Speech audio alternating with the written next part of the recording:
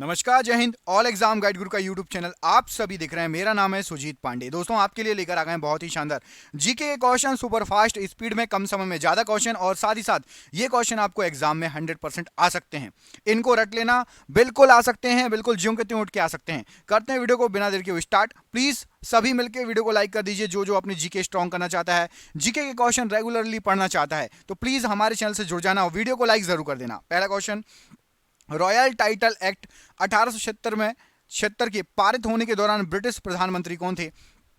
तो जब ये एक्ट पारित हुआ था उस समय ब्रिटिश प्रधानमंत्री आपके थे बेंजामिन डिजराइली। ऑप्शन नंबर यहां पर भी बेंजामिन डिजराइली प्रश्न के लिए बिल्कुल सही आंसर हो जाएगा। अगला क्वेश्चन देखिए, निम्नलिखित में से कौन दिल्ली का पहला सैयद शासक था? तो दिल्ली का सबसे पहला सैयद शासक था आपका खिज्र खां। ऑप्शन नंबर यहां पर भी खिज्र खां प्रश्न के लिए बिल्कुल सही आंसर हो जाएगा। बौद्ध भिक्षुओं के लिए निर्मित लोमा ऋषि गुफा किस राज्य में है? तो बौद्ध भिक्षुओं के लिए लोमा ऋषि गुफा बनी है बिहार राज्य में। ऑप्शन नंबर ए यहां पर राइट आंसर हो जाएगा। दोस्तों, यदि आपको ये क्वेश्चन पसंद आ रहे हैं और ऐसे ही क्वेश्चन आप 10,000 क्वेश्चन चाहते हैं एमसीक्यू, तो आप नीचे दिए गए नंबर पर व्हाट्सएप पर जीके लिख के भेज दीजिए। 99 रुपीज की आपको पीडीएफ मिल जाएगी। अभी 300 रुपए इसका प्राइस था, लेकिन ग्रुप डी के एग्जाम आ गए हैं तो स्पेशल 1000 बच्चों को सिर्फ 99 रुपए में ये पीडीएफ मिलने वाली है। 10,000 जीके के एमसीक्यू सिर्फ और सिर्फ 99 रुपए में। हैदराबाद राज्य के संस्थापक कौन थे? तो हैदराबाद राज्य के संस्थापक थे आपके निजाम उल मुल्क आसफ जहां। ऑप्शन नंबर ए यहां पर हैदराबाद राज्य के संस्थापक राइट आंसर हो जाएगा। भारत का राष्ट्रीय प्रतीक डैश में स्थित मौर्य स्तंभ से लिया गया है। तो भारत का राष्ट्रीय प्रतीक सारनाथ में स्थित, मौर्य नहीं सौर स्तंभ होना चाहिए। ऑप्शन नंबर सी सौर स्तंभ सारनाथ में स्थित है, वहां से राष्ट्रीय प्रतीक लिया गया है। अगला क्वेश्चन देखिए, किस क्रम में महात्मा गांधी ने सत्याग्रह आंदोलन आयोजित किए थे? तो सबसे पहले महात्मा गांधी ने चंपारण सत्याग्रह किया था, उसके बाद खेड़ा, फिर रोलेट और उसके बाद दांडी मार्च। ऑप्शन नंबर ए सही आंसर हो जाएगा। चंपारण, खेड़ा, रोलेट और दांडी मार्च याद रहेगा।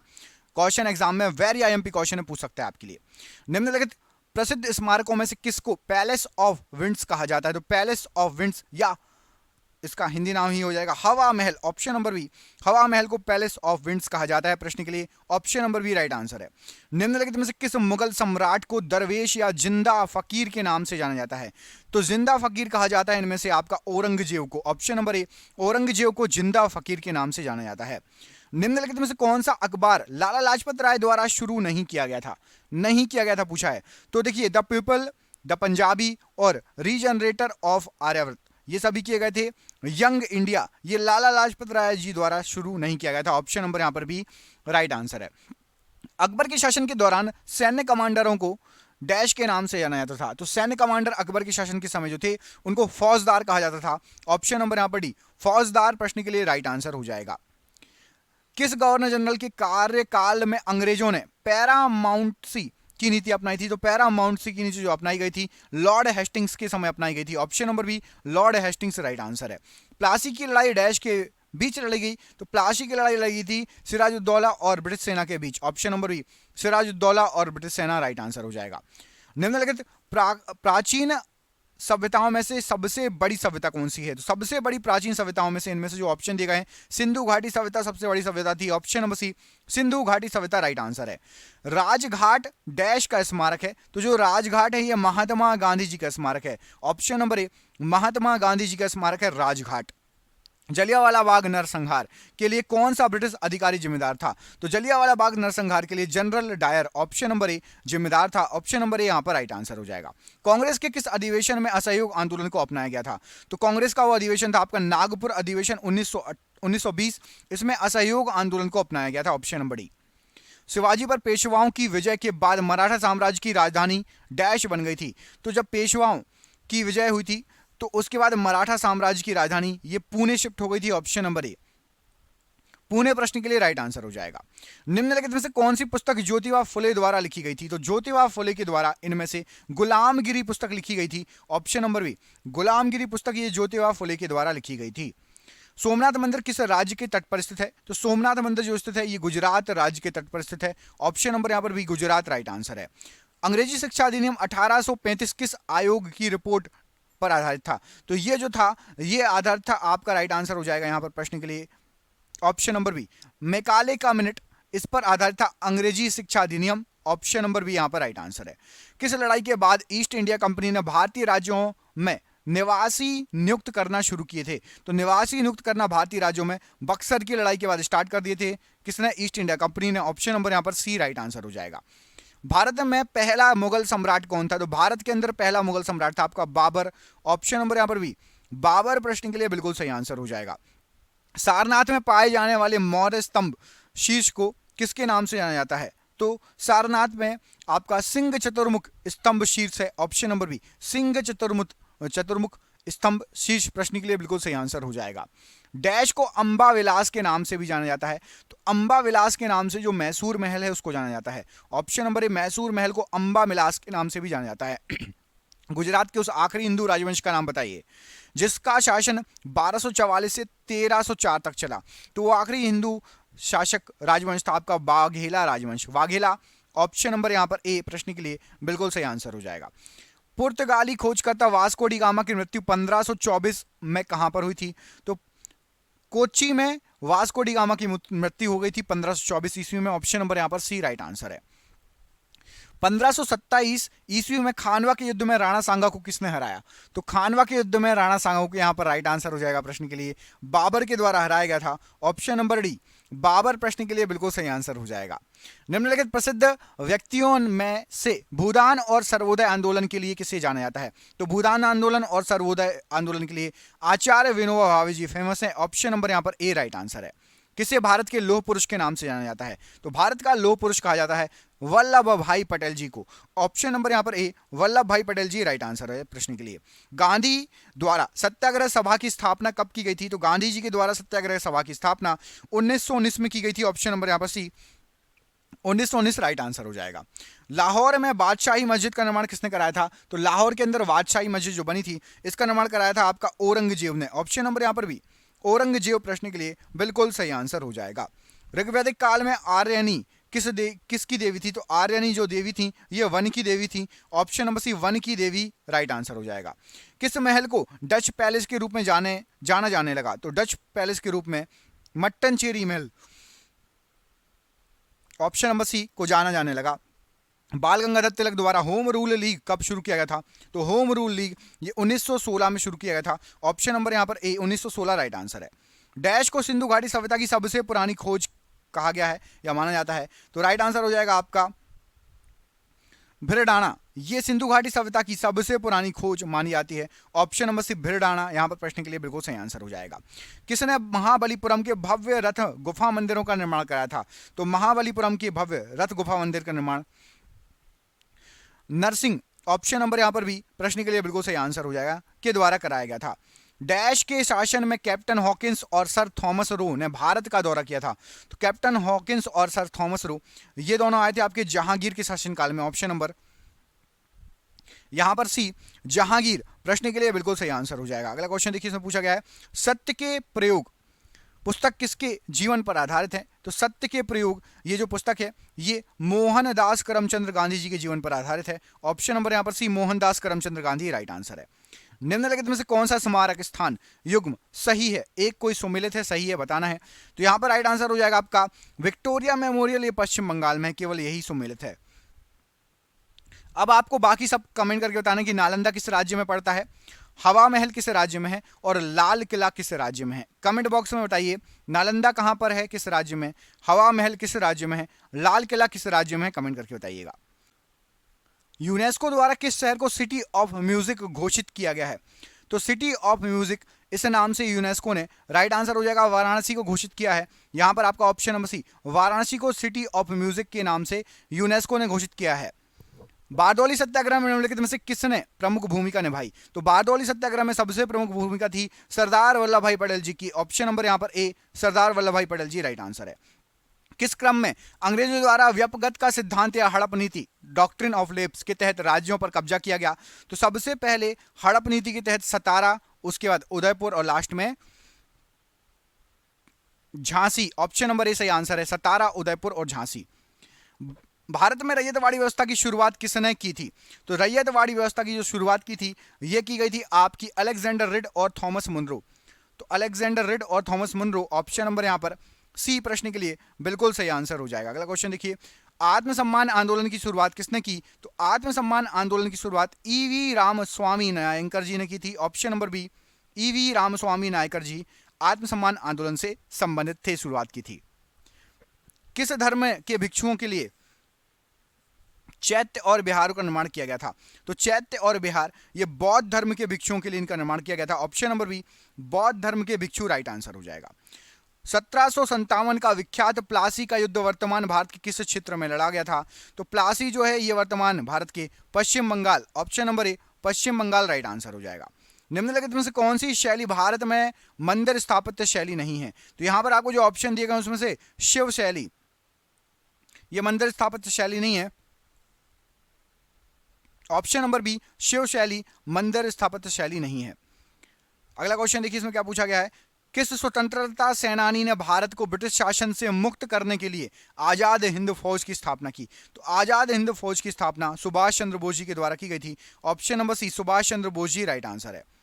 महात्मा गांधी ने करो या मरो का नारा किस राष्ट्रीय आंदोलन के दौरान दिया था? तो करो या मरो का नारा दिया गया था भारत छोड़ो आंदोलन के दौरान। ऑप्शन नंबर यहां पर डी, भारत छोड़ो आंदोलन राइट आंसर है।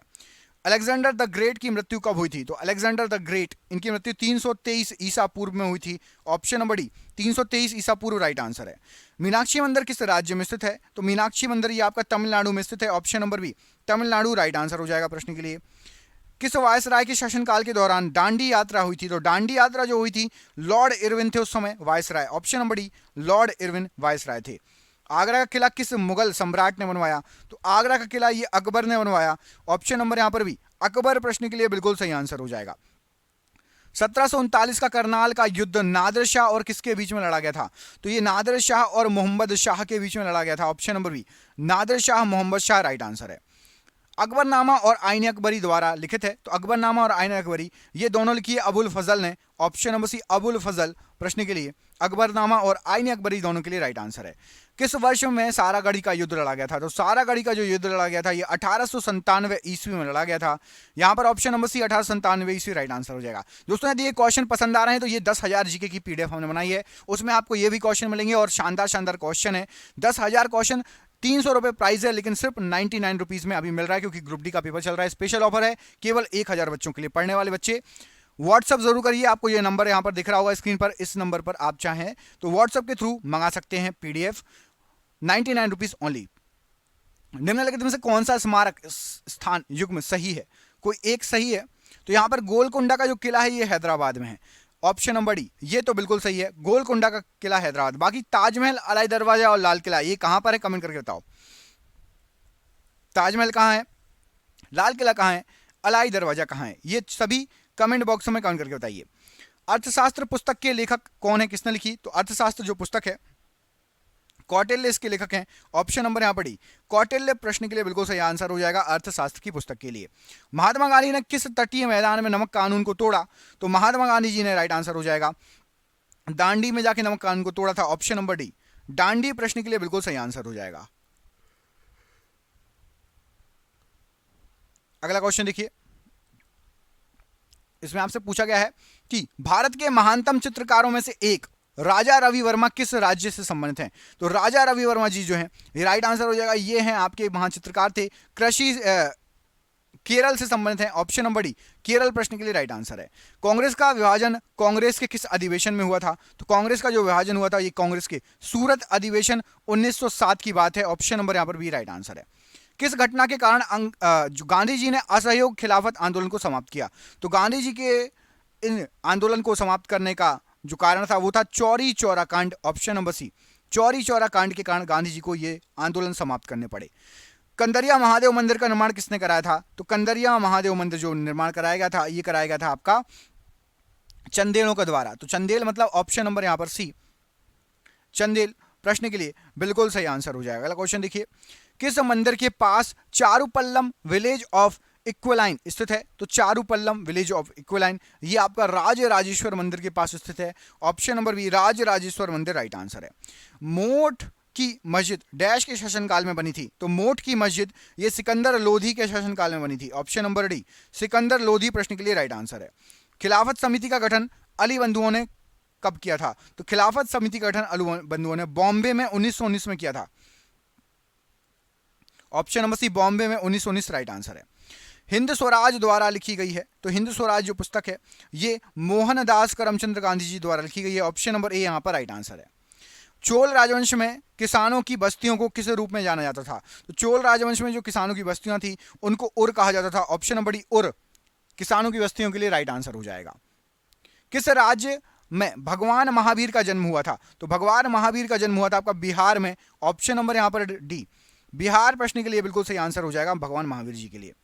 विष्णु शर्मा द्वारा रचित पशुओं पर आधारित नीति कथाओं की प्रसिद्ध संग्रह का नाम क्या है? तो विष्णु शर्मा ने पशुओं पर आधारित नीति कथाओं का संग्रह किया जिसका नाम है पंचतंत्र। ऑप्शन नंबर यहां पर बी पंचतंत्र राइट आंसर हो जाएगा। नेटल इंडिया कांग्रेस एनआईसी की स्थापना किस भारतीय ने की थी? तो एनआईसी की जो स्थापना की गई थी ये की गई थी आपकी महात्मा गांधी जी द्वारा। ऑप्शन नंबर ए महात्मा गांधी जी प्रश्न के लिए राइट आंसर है। 18वीं सदी के स्वतंत्रता सेनानी वीर पांड्या कट्टाबोमन किस वर्तमान राज्य से थे? तो वीर पांड्या कट्टाबोमन जी ये तमिलनाडु से संबंधित थे। ऑप्शन नंबर डी तमिलनाडु प्रश्न के लिए बिल्कुल सही आंसर हो जाएगा। निम्नलिखित में से भारत के किस राज्य में उदयवाड़ा शहर में ईरान शाह अताश बहराम स्थित है? तो ईरान शाह अताश बहराम की बात हो रही है, यह आपका गुजरात राज्य में स्थित है। ऑप्शन नंबर यहां पर सी गुजरात राज्य प्रश्न के लिए बिल्कुल सही आंसर है। अमरावती स्तूप भारत के किस राज्य में स्थित है? तो अमरावती स्तूप ये भारत के आंध्र प्रदेश में स्थित है। ऑप्शन नंबर ए आंध्र प्रदेश राइट आंसर हो जाएगा। इतिहास लेखक मिनहाज ए सिराज ने किन क्षेत्रों के लिए हिंदुस्तान शब्द का इस्तेमाल किया? तो हिंदुस्तान शब्द का इस्तेमाल किया था पंजाब हरियाणा और गंगा यमुना के बीच की भूमि। Option number A right answer हो जाएगा। 1799 की श्रीरंगपट्टम की लड़ाई में अंग्रेजों ने किसे हराया था? तो श्रीरंगपट्टम की लड़ाई में अंग्रेजों के द्वारा टीपू सुल्तान को हरा दिया गया था। ऑप्शन नंबर ए टीपू सुल्तान राइट आंसर है। हड़प नीति डॉक्ट्रिन ऑफ लिप्स किसने दिया था? तो हड़प नीति देने वाले थे आपके लॉर्ड डलहौजी। ऑप्शन नंबर यहां पर D Lord Dalhousie right answer है। ब्रिटिश भारत के किस प्रांत में राजस्व एकत्रित करने की रैयतवाड़ी प्रणाली लागू की गई थी? तो रैयतवाड़ी प्रणाली ये आपकी दक्षिण भारत में लागू की गई थी। ऑप्शन नंबर यहां पर भी दक्षिण भारत राइट आंसर हो जाएगा प्रश्न के लिए। दिल्ली की मोती मस्जिद किस मुगल शासक ने बनवाई थी? तो दिल्ली की मोती मस्जिद बनवाई थी औरंगजेब ने। ऑप्शन नंबर ए। और ये रहा आज का आपका आखिरी क्वेश्चन। इसमें आपसे पूछा गया छत्तीसगढ़ के कोरबा जिले के चैतुरगढ़ किले में स्थित प्रसिद्ध और अभूतपूर्व मंदिर अद्भुत मंदिर का नाम क्या है? तो कोरबा किले में स्थित है आपका महिषासुरमर्दिनी मंदिर। ऑप्शन नंबर बी महिषासुरमर्दिनी मंदिर राइट आंसर हो जाएगा। आपके लिए सरप्राइज क्वेश्चन है, पुरातत्व स्थल कोलडेहवा कहां स्थित है? आपको इस प्रश्न का आंसर कमेंट बॉक्स में कमेंट करके बताना है कि कोलडेहवा जो कि पुरातत्व स्थल है वो कहां पर है। दोस्तों यदि आपको वीडियो पसंद आया, चैनल पर पहली बार आए हैं, चैनल को सब्सक्राइब कर लेना। यदि आपको क्वेश्चन अच्छे लग रहे हैं, आप तैयारी कर रहे हैं रेलवे ग्रुप डी या अदर एग्जाम की, तो आप इस पीडीएफ को इवन इसमें यूपीएससी पीएससी लेवल तक के क्वेश्चन मिल जाएंगे आपको। 10,000 जीके एमसीक्यू हैं, जरूर इसको परचेज कीजिए। 300 रुपए की पीडीएफ अभी केवल 99 में मिल रही है और स्टार्टिंग के सिर्फ और सिर्फ 1000 बच्चों को मिलेगी। दिए गए नंबर पर व्हाट्सअप कीजिए। मिलता हूं मैं आपसे अगले वीडियो में। अपना ख्याल रखिए। आप सभी का बहुत बहुत धन्यवाद दोस्तों। अपनी शुभ बहुत बहुत धन्यवाद।